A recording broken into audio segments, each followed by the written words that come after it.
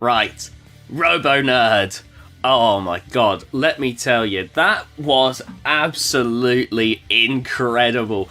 So if you're not aware, Robonerd is this once-a-year event where everyone gets together and there are all these robots, old and new. It's not like a combat event, like you're not going to see the robots actually fighting each other, but it's a great way to get to, interact, talk to your friends. You could ask the Roboteers some questions if you want. It ain't a Q&A, don't take up their entire day asking them questions. They're there to enjoy themselves as well. But, you can ask, they seem perfectly happy to answer a question here and there, and it's such a great thing too.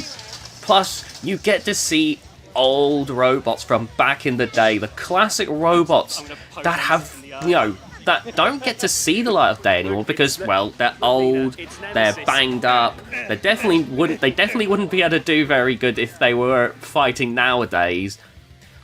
And it's so cool to see. Like, I got to see the big cheese, that big old chunkster of a robot, the absolute size, like... I don't know if it really shows. Like, here's me putting my tiny little baby hands on Storm 2, and then, boom! The big cheese is it was one of the biggest robots there. Panic Attack was also surprisingly big itself. Here you get to see some footage I recorded of Panic Attack, doing its thing, showing its Shreemeks, showing its lifting forks. Then you've got the amazing house robot recreations, which, man, they look stunning. Like they work exactly how you think they would work, really.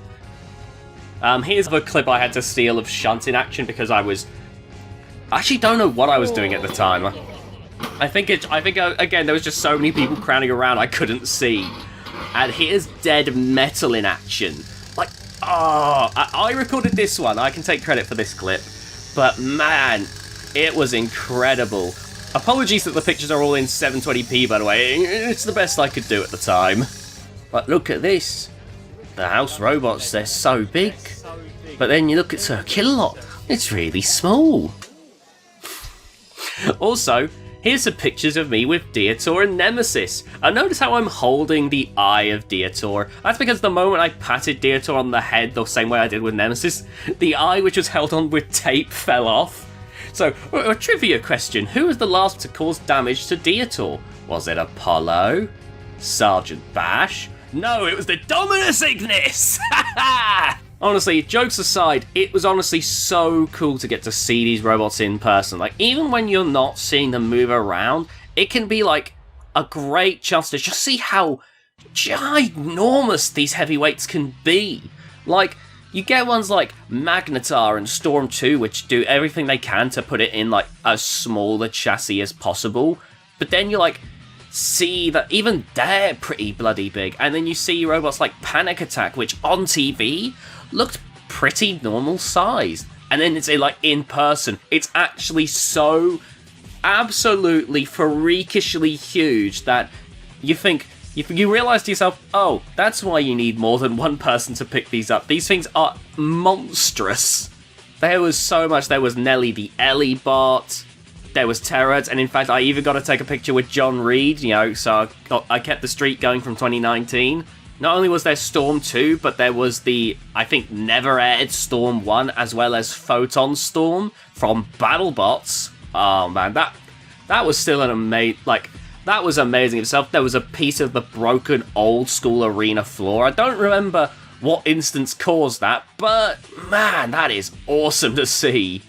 There was all kinds of little events going on, like, around the, like, it wasn't just the heavyweight robots standing around. There's all kinds of other stuff going on as well. Onslaught drove a rap out as usual. There was the challenge belt from old school Robot Wars. This was an amazing time. Honestly, I had a blast. If you want to know an event to potentially go to, I'd recommend keeping an eye out. Like, it's usually updated on Facebook, the site that I only go on to like once every 50 years. But Robonerd usually updates there. and it's almost certainly going to happen again next year. I highly recommend to anyone who wants to check it out to go and do so. It's a great way to see new robots. There was like Apollo, Carbide, Crackers and Smash. Like, you get to see all the brand new robots that exist nowadays and marvel at like the time and effort some of them take. You get to see classic robots like Tornado, Something, Millie Bug, and you get to see pure legends like Two-Headed Death Flamingo. Honestly, it's a wonderful time. I got to meet up with some friends of mine, Jem World of Woodrow, Anderson, Ned. I got to go up to Jim Dramatic in person and watch as a robot dies and go, it's still good in person.